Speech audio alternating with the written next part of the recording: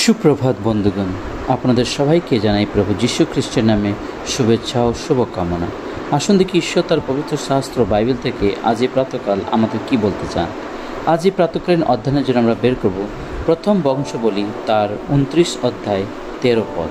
এখানে লেখা আছে, আর এখন হে আমাদের ঈশ্বর, আমরা তোমার স্তব করিতেছি, তোমার গৌরবান্বিতের নামের প্রশংসা করিতেছি। ঈশ্বর তার সুন্দর বাক্যে আমাদের সকলকে আশীর্বাদ যুক্ত করে।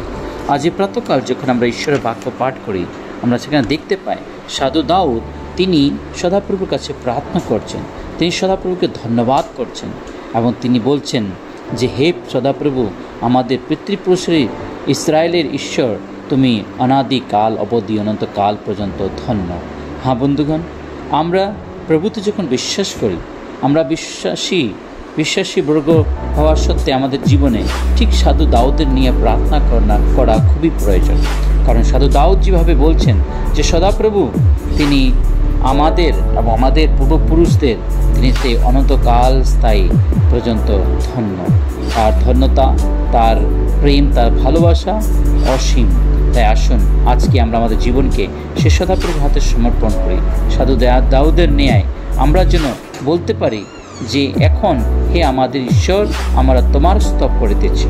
হ্যাঁ বন্ধুগণ, তোমার স্তব করিতেছি, তোমার গৌরবান্বিতের নামের প্রশংসা করিতেছি। হালেলুয়া। প্রভু যা গৌরবান্বিত, প্রভু যা মহান, তার যে মহিমা, সে সকল আমাদেরকে প্রচার করা, সে সমস্ত আমাদেরকে ছড়িয়ে দেওয়া আমাদের খুবই কর্তব্য, খুবই প্রয়োজন। কারণ প্রভু আমাদেরকে পৃথিবীতে প্রেরণ করেছেন শুধুমাত্র এই উদ্দেশ্যে যেন আমরা তার সুসমাচার নিয়ে সেই জগতের সেই অন্ধকারের মধ্যে সেই লোকদের কাছে যেন পৌঁছাইতে পারি। হ্যাঁ বন্ধুগণ, আজ এই প্রাতকাল আমরা আমাদের জীবনকে প্রভুর হাতে সমর্পণ করিয়া আমরা একটা নির্ণয় নিই এবং সেই প্রভুকে ধন্যবাদ করি, তার প্রশংসা করি, তার স্তুতি করি, তার সেই যে গৌরবান্বিত কাজ, সেই কাজগুলোর জন্য আমরা প্রশংসা করতে পারি। হালেলুয়া।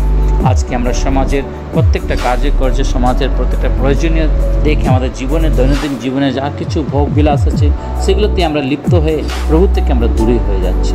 কিন্তু বন্ধুগণ, আসুন এই বাক্যর সহিত আমরা আরেকটি বার আমাদের জীবনকে সেই সদাপ্রভুর হাতে সমর্পণ করি।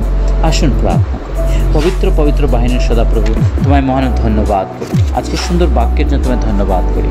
প্রভু, এই বাক্য আমাদের জীবনে তুমি জ্ঞাত দাও এবং এই বাক্য অনুযায়ী আমাদের জীবনকে চলার জন্য সাহায্য করো। যেন প্রভু আমাদের জীবন যেন সর্বদা তোমারই প্রশংসা, তোমারই স্তব, তোমার আরাধনা যেন আমরা করতে পারি, তোমার প্রশংসা যেন আমরা করতে পারি। প্রভু ধন্যবাদ, তুমি আমাদের প্রার্থনা শুনেছ।